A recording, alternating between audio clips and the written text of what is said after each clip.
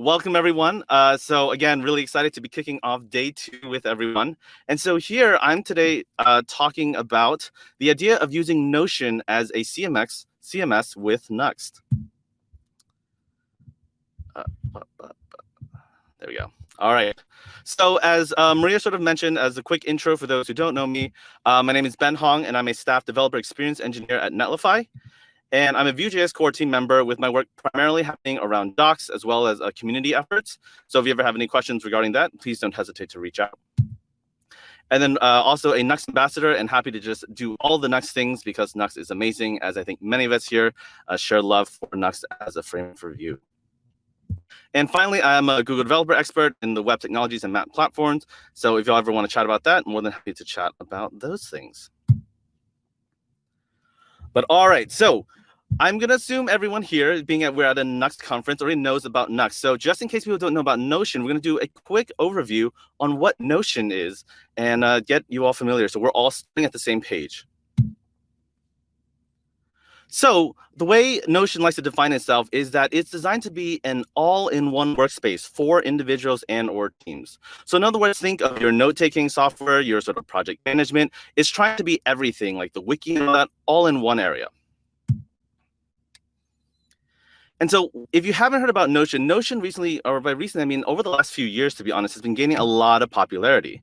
And it's popular for quite a few number of reasons. The first of which is it really popularized this introduction of using an editor with blocks and content blocks, which we'll be demoing shortly. And then pages within this as well became a very popular way of not only organizing things, but then sharing things. So it became really easy to share pages and have links, be able to sort of in permissions. And most importantly, what a lot of people don't realize is that perhaps Notion's most powerful feature is their ability to provide you databases that you can create on the fly. And so granted, I've thrown some terminology to you here, but I think the easiest way for us to show you just how great Notion is and why it's so popular is for us to do a little bit of a demo. So let me bump this up a bit here for everyone.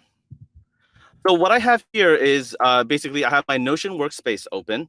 And this is kind of what you get typically when you start a brand new workspace. You can see here on the left-hand side, I got basically some links that link to pages that I can basically go in and edit.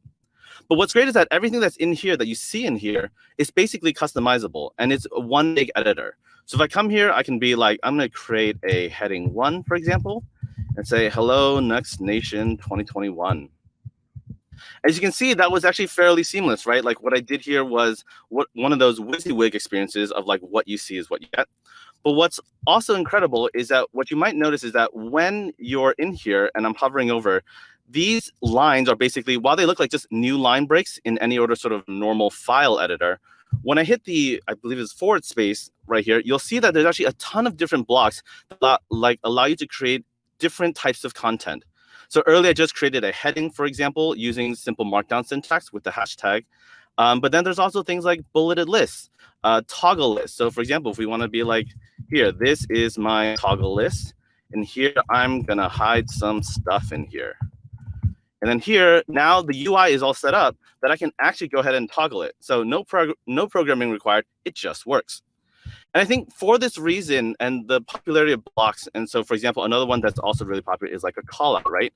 So if I'm like, remember that you need to run npm install when you clone the repo, right? Things like this make it a really visually pleasing experience for people. And then it feels really natural to sort of organize things.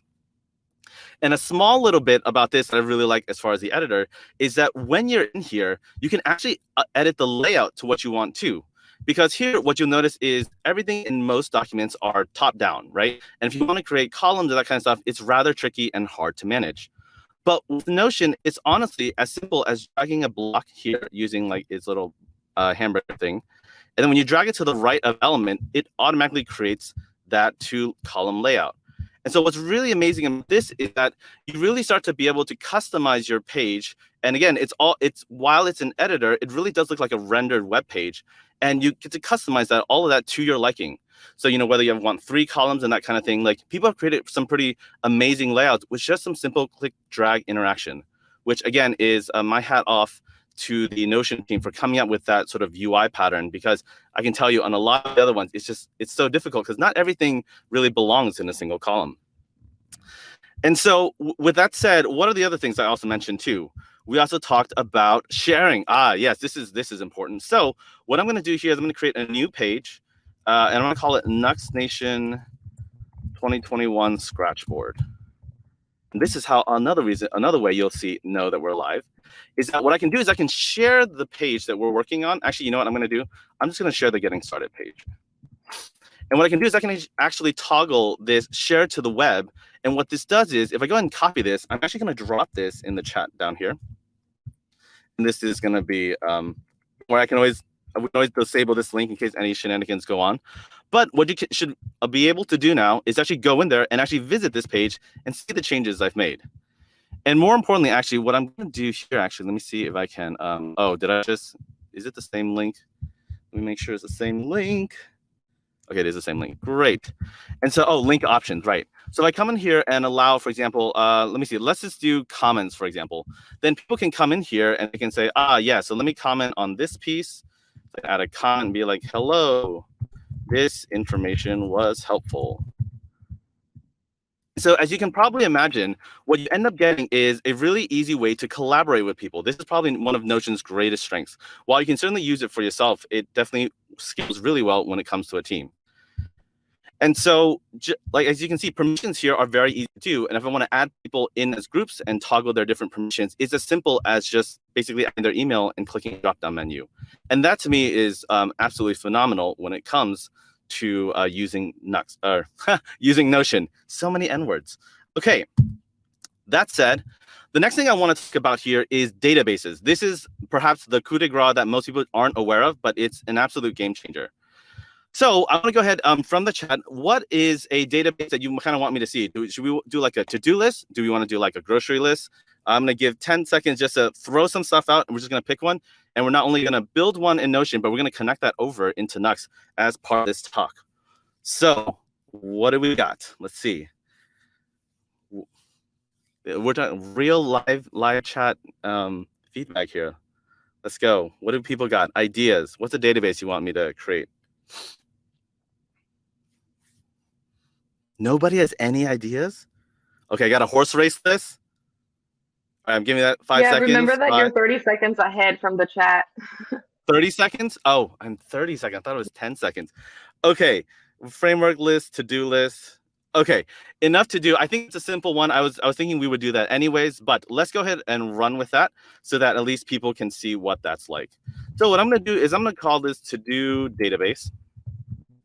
And the thing about Notion is that they call the stuff in here like tables when you're trying to insert them. But as you'll notice here in this little heading, they're really databases. So I'm going to go ahead and create a table. And what you see here is this looks really familiar. This is basically Excel.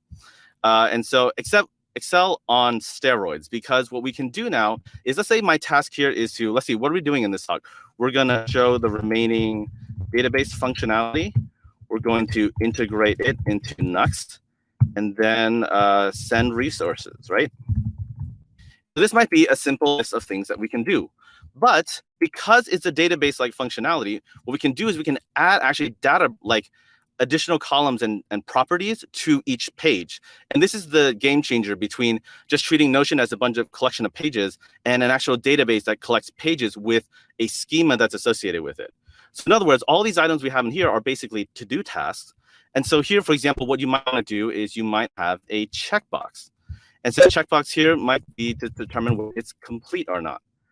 And then on top of that, let's say we also, okay, let's leave the tags as far as what it's, so here we're going to tag it with the Nuxt Nation. And what you see here is that this is an actual multi-select. So if I say, oh, this is with Nuxt Nation. And then so for whatever reason, let's say, let's tag it as well with like, this is with social media, for example. It makes it really intuitive to manage your data, right? No more scaffolding like a huge database. Like this is something that, especially when you want to spin up something quick and see it really easily, like this Notion does a phenomenal job of exposing that to us. And so again, there's so many features. Honestly, I could give a whole day workshop on Notion, but we're here to talk about integrating it with Nuxt. So now that we have this piece, right, let's jump back into the slides and talk about what we have next.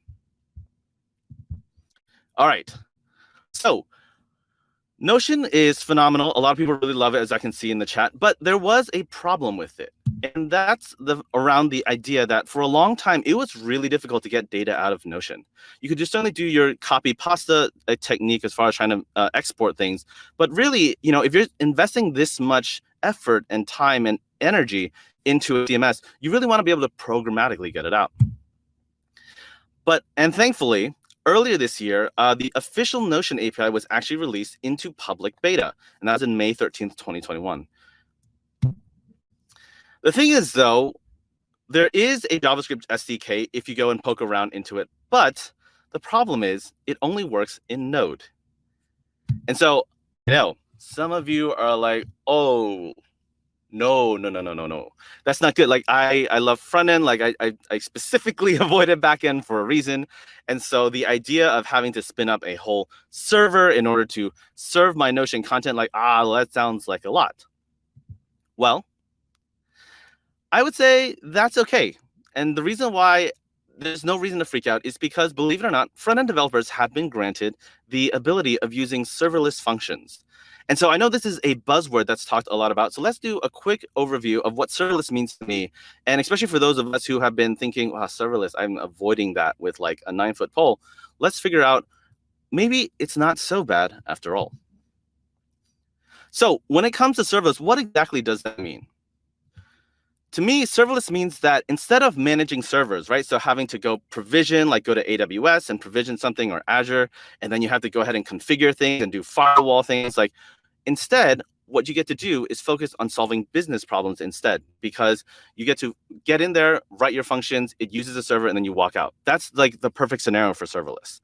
And so I think that's worth emphasizing once more, is that instead of managing servers, which is more typical of sort of backend responsibilities, as front-end developers, we get to simply focus on solving business problems using backend technologies, but in a way that's approachable to us. And so, in other words, if you really think about it, honestly, serverless functions give developers superpowers, particularly front-end developers, because things that were previously inaccessible, as far as like having to change the API or add your own API, all of a sudden, this becomes much more easier for front-end developers to get in there, create the APIs that they want, and then at the same time, not have to worry about all the provisioning that often goes along with that. And so, some of you are probably thinking like, but Ben, I have enough to learn already. Like serverless functions seems like it had a really steep learning curve. And I totally understand. Like honestly, up until I think early this year, like I had avoided serverless functions. But what if it didn't have to be so hard? And that's the thing I aimed to crack earlier this year, because as we, this is a Nuxt and Notion talk, but if you think about also from like a programmer's perspective, we're talking about the ability to connect our builder with our data. And so serverless functions are important here. And the reason we're talking about it is because this is how we talk about like evolving our skills in order for us to do even more with what we have. So that, for example, we're not limited by waiting for Notion to come out with a client SDK for JavaScript. And then as a result, we're stuck. Like, what if it was easier and it didn't have to be so hard? And so what I'm going to show you here is what we would typically write if you're writing like a utility function in front end, right? Ignore the node fetch on top. I kept that for like continuous purposes. But imagine you're importing, so this is like we're importing fetch from a node fetch library, and you're writing a helper function to say, hey, I'm going to go out and I'm going to fetch something, and then I'm going to return something. And so this is technically basically what serverless functions are. They're utility functions that allow you to do something and then return something back. So what you'll see here is that inside of this function, right, we're exporting a const of handler, right? Because when you request something from the server, you need something to handle it, right? And that's why typically they're called handlers. And they're typically async functions. They're not going to run in sync. So they're async functions. And then at the end of the day, they return something back to you, right? Think of it just like an API. So with that, you can see here a standard response from your server would have a status code to let you know, was it successful? As you can see here, 200 is successful. Or maybe you'll return like a 500 if something goes wrong, right? If like the API doesn't return the right thing. And then inside of that, you have your body. And this should be pretty familiar for most of us who have worked with APIs, because that's often what we're doing, right? We're saying fetch from an API, send it back to us. If something's right, 200, and otherwise give me the data. And that's what we're doing right here.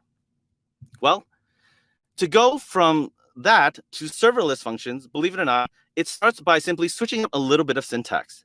So you can see here at the top, we can't use standard import exports, I think with ES6, because the node is still, I think, not quite there as far as that syntax. So what you're more likely to see is this syntax where we do a const fetch equals require node fetch. And then the other change that we have from what we typically write is rather than an export const here, what we have here is just an exports, basically, which is an object, and then we have our handler, right? Handler is a property of an exports object. That's really the difference between the two.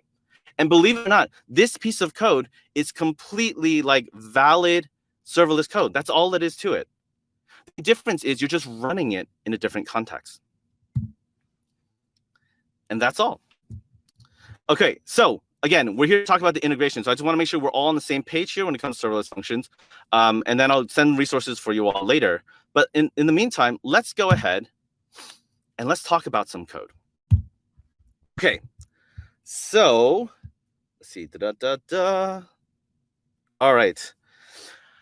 When we talk about serverless, right, one of the things I'm already seeing in the chat, so, a lot of times serverless can be a lot as far as setting up infrastructure.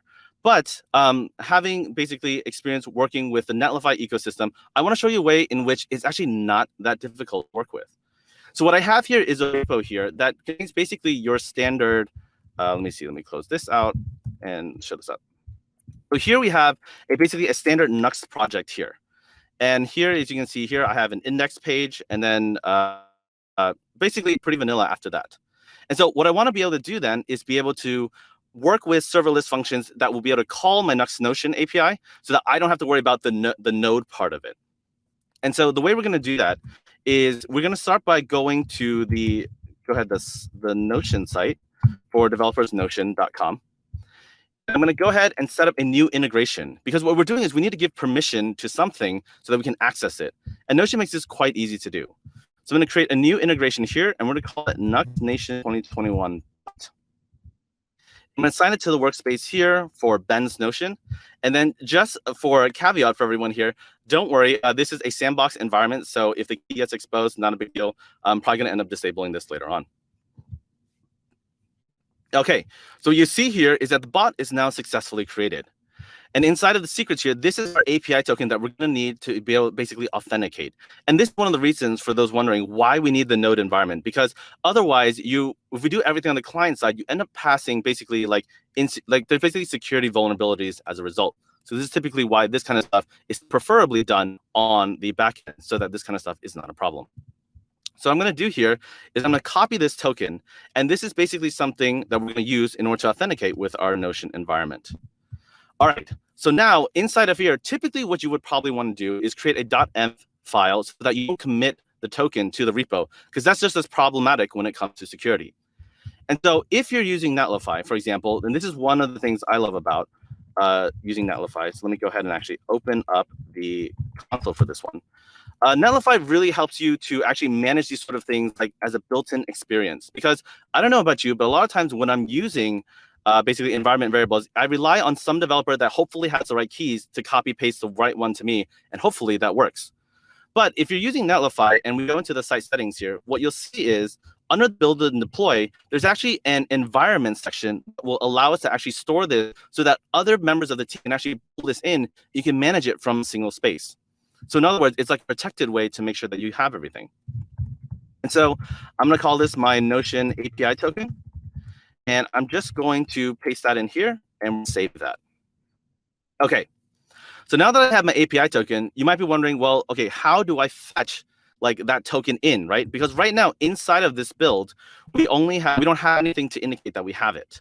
Well, what we can do is actually we're going to use the Netlify CLI, and what that does is if I do Netlify dev, it's going to actually go ahead and use the Nuxt developer, basically CLI experience of spinning up a local instance. But what it's also going to do is going to also fetch in all your environment variables, and it's also going to spin up an environment for us to use serverless functions. So what you see here actually right here is that you'll see injected build settings environment variable Notion API token. And that's it. That's all it takes to make sure you have that. And more importantly, if you share this project with your teammates, they will also have the very same token. And so, okay, so what we're going to do here is now in order to, I had to scaffold some things ahead of time because we only have 30 minutes together. But what you see here is that inside of the serverless function, which I'm currently storing inside of the Netlify functions directory, I basically have the ability, I've imported the Notion HQ client. This is the official Notion API. And I've gone ahead and basically pulled it in. So following their docs, honestly, like nothing custom here really, is I've said, hey, I'm going to create a new client with Notion, and I'm going to take in my Notion API for authentication. And then after that, we're going to go ahead and populate the database ID that we want, and then we can fetch everything. So to show you how that works, let's start by grabbing the database ID for Notion. And the way we do that is you'll see that inside of here, when I'm in my to-do database, that up here, there's actually an ID right here. And so if I go and copy this over, and I'm actually going to drop this in here. And again, this is a public thing, so there's nothing like, as far as security, you don't have to necessarily store that in an environment variable. But you certainly could if you wanted everyone to share the same one. Then from here, what you've done here is you can see this is basically an API that says, hey, I'm going to hit this Notion endpoint. And then when I do, please return basically the data I get from the Notion API. And so to show you that this works, we're going to go ahead and open up the, here we go. So we have our Nuxt nation right here. What I'm going to do is I'm going to bump this over 1/3 and 2/3 here so you can see everything. And to show you that it works, we're going to say, does this work? And save. And then, okay, so we can see our live reloading is working. So everything's great. And so what we're going to do is that when we mount to the page, I'm going to make this simple so we don't deal with necessarily like any static generation just yet, is that we're going to go ahead and let me declare a data property here for Notion data. And let's make this an array. And what we're going to do is we're going to fetch basically from our serverless endpoint. So this is where you can see this /.netlify/functions. That is our folder that we used earlier. And I instead of calling it task, you'll see that the endpoint corresponds with the file name. Oh, Blender showed up. That was an accident. And so here we have Notion instead, because we're hitting the functions Notion endpoint. And so then once we get that, we're going to JSONify the response so that we can actually interpret the data. And then this .notion data will then be equivalent to that response. And so that's what we're going to do. Okay, so to show you that this works, we're going to go ahead and we're going to say Notion data and save. Now, nothing's going to work right now. And the reason for that is we still have one more permissions things that we have to do. So inside of here, you'll notice inside of Notion, remember we talked about that share functionality?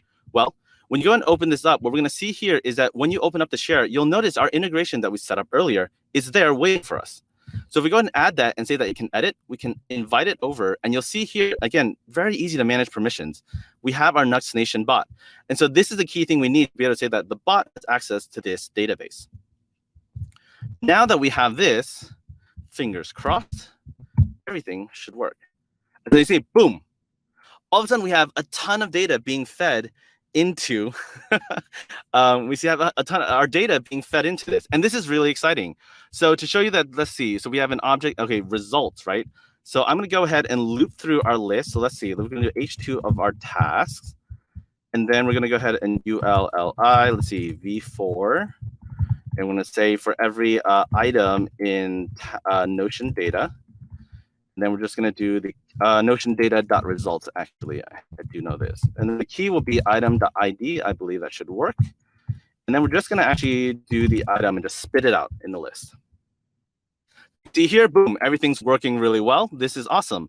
And so what's great here is that we can start to use this now. You can imagine like the possibilities start to become rather endless because now that we have the JSON that we need, everything does work. So let's clean up a little bit for the remainder of the demo. So let's see if I am familiar with this. So I think the properties, let's see, properties.name. So we see, let's go into the properties here.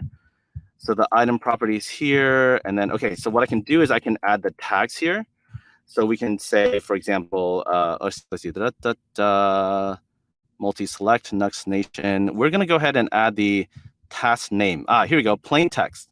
So inside this plain text, what we're going to do here is, dun. So this is one of, I would say, the difficult parts of working with the Notion API, is that the way that JSON is structured is rather dense. So you can see here that there's a lot of nesting going on. So if we open up our dev tools, you'll see that basically inside of basically our components, Nuxt data. Oh wait, I need to go one more level down, and here we go. And now we have our Notion data in the results. Let me do properties, name, and then title. First one, then plain text. See, it's rather deep. And part of the reason for that is because honestly, Notion itself has a lot of contextual data it's trying to attach to everything. So I said name, title, and then the first results, and then plain text. Okay, so if I save this now, you'll see, great, we have all our tasks showing up. And so again, because we're limited on time, we can't do a full tutorial on this. But what I wanted you to see is that it really is basically that simple of a developer experience, right? Because in the old days, as we can see in some of the chat, like serverless functions can be very painful to set up. But when you have tools like Netlify or an ecosystem that you use that helps you to scaffold that in advance, because everything we do here basically feels like another utility function in the front end workflow. And then how it's deployed and how everything gets taken care of, that's for your service to take care of, right? That has been abstracted for you. And I think this is something that's really powerful when we have to remember when it comes to development, is that this abstraction is what lets us basically focus on more interesting problems rather than doing the same things over and over again. In fact, I think that's why a lot of us probably love using Vue, because while we have plenty of escape hatches for things like if we don't want to use templates, we want to use JSX, or you want to get in there and actually render your stuff manually, you can do that. But most of the time, the template is actually perfectly fine in your single file component, and the directives solve most of your problems for you most of the time. You don't have to think, which method do I use to optimize for the right performance? Like Vue is responsible for that. And we love it for that. So as far as next steps, this demo will be pushed up, and I'll make sure that it's tweeted with the slides and everything, and that is shared with everyone. So don't worry, you'll be able to see that, and there'll be a more robust demo basically going forward. But I want you to see what was possible from beginning to end. And again, all of this can be done, especially with a lot of the services these days. They can be done on the free tier plan. So again, be sure to check that out and explore that as a concept. All right. So as far as I just want to make sure I do see the chat real quick. So let me play the slideshow in window. Excellent here. All right. So some final thoughts. Again, I know that serverless functions typically are very I don't want to deal with it. But when you have the ability to work with it like you do a normal dev environment without thinking about spinning up other things, cloning other things, this really does give us superpowers, because now we have the ability to design our own APIs and customize things the way we want. And so I have a whole course on that I'll give you a link to, and then you can learn about it later. And so the other thing, though, I want to emphasize, I'll take another minute, is that like any tool, Notion has trade-offs, and I can't emphasize this enough. As developers, one of our basically our value propositions is being able to understand what the trade-offs are when we use certain things, right? Nothing is perfect, and that comes with all technology. And that's how we advance as developers. But anyways, the Notion API itself is still rather limited. So it doesn't have necessarily full support for some of the more complex things that you might want to do. But as far as getting started working with databases, which in my opinion is probably what most people are going to be using it for, it's actually quite stable and quite good especially for playing around with and getting used to.